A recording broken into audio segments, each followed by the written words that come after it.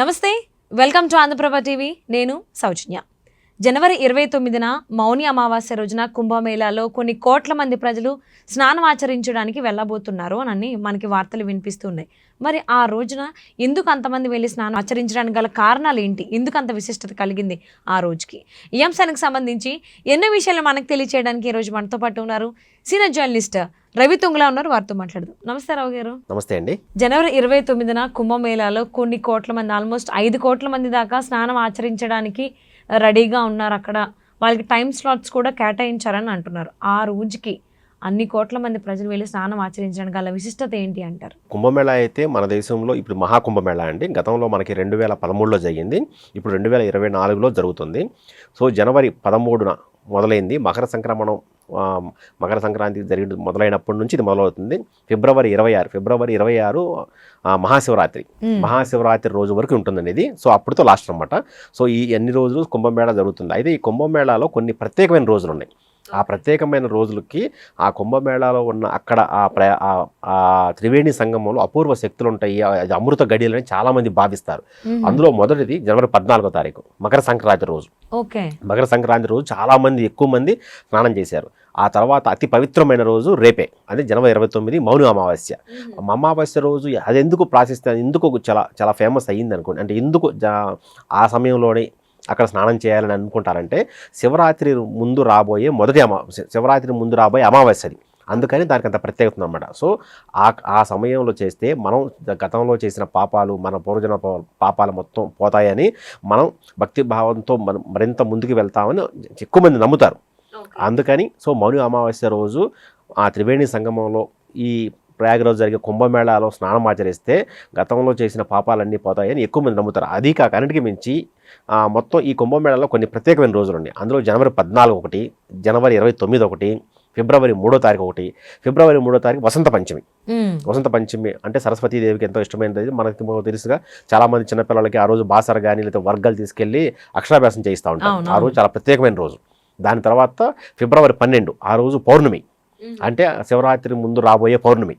ఆ రోజు కూడా చాలా ప్రసిద్ధమైన రోజు అనమాట. ఆ రోజు కూడా వస్తుంది. ఆ రోజు తర్వాత మళ్ళీ శివరాత్రి రోజు. ఈ 5 రోజులు ఈ కుంభమేళాలో చాలా పవిత్రమైన రోజులు. ఎంత పవిత్రమైనంటే నాగసాధులు వస్తారు ఈ 5 రోజులు. మిగతా రోజుల్లో రారా అంటే వస్తారు, కానీ ఈ 5 రోజుల్లో నాగసాధులు దాదాపు ఇక్కడి నుంచో చుట్టుపక్కల నుంచి లక్షల్లో వస్తారు.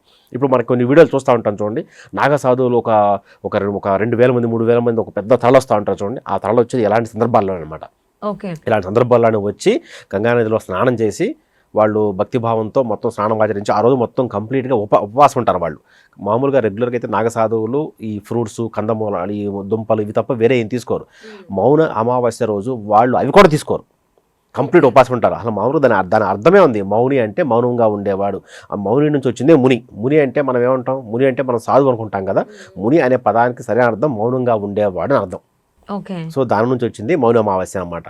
సో ఆ రోజు కంప్లీట్గా ఆ రోజు వాళ్ళు ఉపవాస దీక్షలో ఉండి ఎవరితో మాట్లాడకుండా కేవలం తమ ధ్యానం, తమ మనస్సు, శరీరం, బుద్ధి మొత్తం దైవనామస్మరణతో ఉంటారన్నమాట. అందుకని ఆ రోజుకి అంత ప్రశస్తమైన రోజు. సో కాబట్టి మొన్న జనవరి 13, 14 తర్వాత మళ్ళీ రేపు రాబోయేది చాలా చాలా ప్రశస్తమైన రోజు. అందుకని సో మనకి భారతదేశం మొత్తం నుంచి రేపు దాదాపుగా 5 నుంచి 10 కోట్ల మంది ఆ ఒక్కరోజే అంతమంది వస్తారని అంచనా వేస్తున్నారు. సో మొన్న జనవరి 13వ తారీఖున ఈ మనకి కుంభమేళా మొదలైంది. జనవరి 13 నుంచి కేవలం జనవరి 23 వరకే, అంటే 10 రోజుల్లోనే 10 కోట్ల మంది స్నానం చేశారు. సో మిగతా రోజుల్లో కూడా దాదాపు 30 కోట్ల నుంచి ఇంకొక 40 కోట్ల మంది స్నానం చేస్తారని అంచనా అండి. దానికి తగ్గట్టుగా ఏర్పాట్లు కూడా యోగి సర్కార్ మొత్తం చేసింది. అంటే ఎవరు ఎక్కడ రావాలి, మామూలుగా నాగసాధులకు సపరేట్ ఘాట్లు ఇచ్చారు. సో మామూలుగా మనలాంటి భక్తులు సపరేట్ ఘాట్లు ఇచ్చారు. రైల్వే స్టేషన్లో దిగంగానే అక్కడ నుంచి మీరు ఎక్కడికి వెళ్ళాలనుకుంటున్నారు దానికి సంబంధించిన ఇన్ఫర్మేషన్ సెంటర్లు ఇచ్చారు.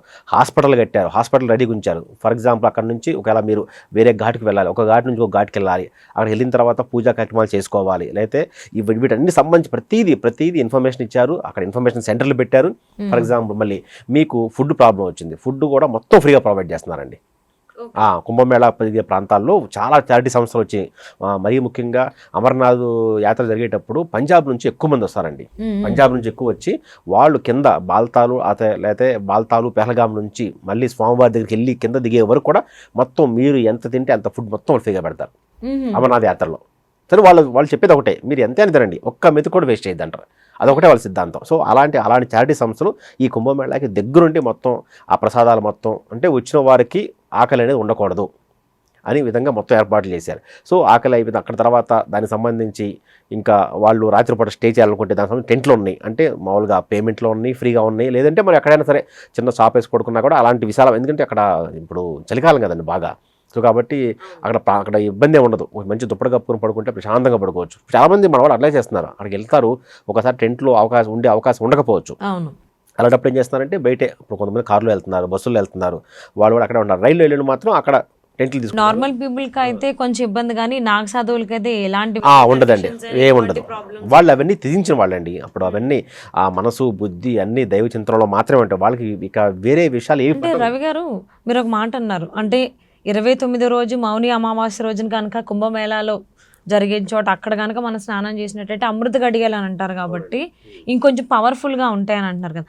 అంటే నాగ సాధువులకి అంటే పవర్ కోసం అని చెప్పేసి అని అక్కడికి వెళ్ళి మునకలు వేస్తారా గంగలో? కాదండి, వాళ్ళు ఈ అమృత గడియలు కాదని అలాంటివి వాళ్ళకి ఏమీ ఉండవండి. వాళ్ళకల్లా తెలిసిందల్లా వాళ్ళకి సనాతన ధర్మాన్ని కాపాడటం. సో ధర్మానికి ఆపద వచ్చినప్పుడు అందరికంటే ముందు ఆయుధాలతో సహా వచ్చి సనాతన ధర్మాన్ని కాపాడటం, ఇది వాళ్ళ బాధ్యత.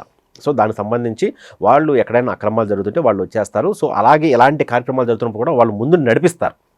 సో ఇలాంటి రేపు చాలా పవిత్రమైన రోజు కాబట్టి వాళ్ళు ఒక తండోపతండాలుగా వచ్చి స్నానం ఆచరిస్తారు. సో అలా రెగ్యులర్గా చేసేవాళ్ళు ఉంటారు, రేపు కూడా చేసేవాళ్ళు ఉంటారు. ఇప్పుడు కొంతమంది నాగసాధువులు వచ్చారు, ఆల్రెడీ అక్కడే ఉన్నారు, టెంట్లో ఉంటున్నారు, వాళ్ళు టెంట్లో ఉన్న రోజు స్నానం చేస్తారు.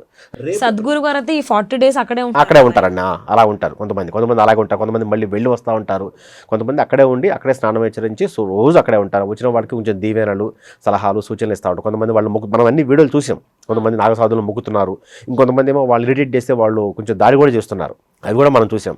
సో రేపు చాలా పవిత్రమైన రోజు అండి. అందుకనే రేపుటికి ఇప్పటికే మన తెలుగు రాష్ట్రాల నుంచి కూడా చాలామంది దాదాపు లక్షల్లో వెళ్ళారు. ఇప్పుడు జనవరి 13వ తారీఖు ప్రారంభమైన మహాకుంభమేళకి మొదట్లో అంత కొంచెం పెద్దగా మన తెలుగు వాళ్ళు పెద్ద పట్టించుకోలేదు, కానీ తర్వాత కొంచెం వీడియోల ద్వారా కానీ వెళ్ళాలి, ఫారినర్స్ కూడా వస్తారని తెలుస్తుంది, మళ్ళీ మాటికి వచ్చేది కాదు, మళ్ళీ 144 ఏళ్ళకి వస్తుంది, అప్పుడు ఉంటామో తెలియదు అనే భావంతో ఉండం. అందుకని చాలా మంది వెళ్తున్నారండి. ఇవి కావాలంటే మీరు చూడండి, మీరు ట్రైన్ చూడండి, ఫ్లైట్ చూడండి, అన్ని ఫుల్ ఒక్కడ కూడా టికెట్ లేవు.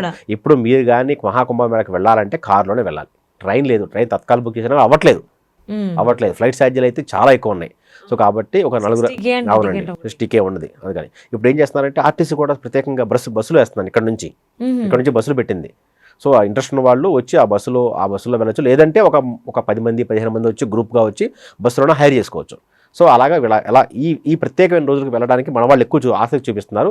సో ఒకవేళ వెళ్ళలేదు మౌని అమావాస్యకి మహాకుంభమేళాలో అక్కడికి వెళ్ళి మనం ఆ గంగలో స్నానం ఆచరించే అవకాశం లేదు, ఇంట్లో ఉన్న వాళ్ళు కూడా ఏం చేయొచ్చు అంటే ఆ రోజు మౌని అమావాస్య రోజు రేపంతా ఇంట్లో మౌనంగా ఉండి తులసి మొక్క దగ్గర దీపం వెలిగించినా కూడా అంతే పుణ్యం వస్తుందని కొంతమంది పండితులు చెప్తున్నారండి. సో కాబట్టి అక్కడికి వెళ్ళిన వాళ్ళు తప్పకుండా గంగా త్రివేణి సంగమంలో స్నానం చేయండి.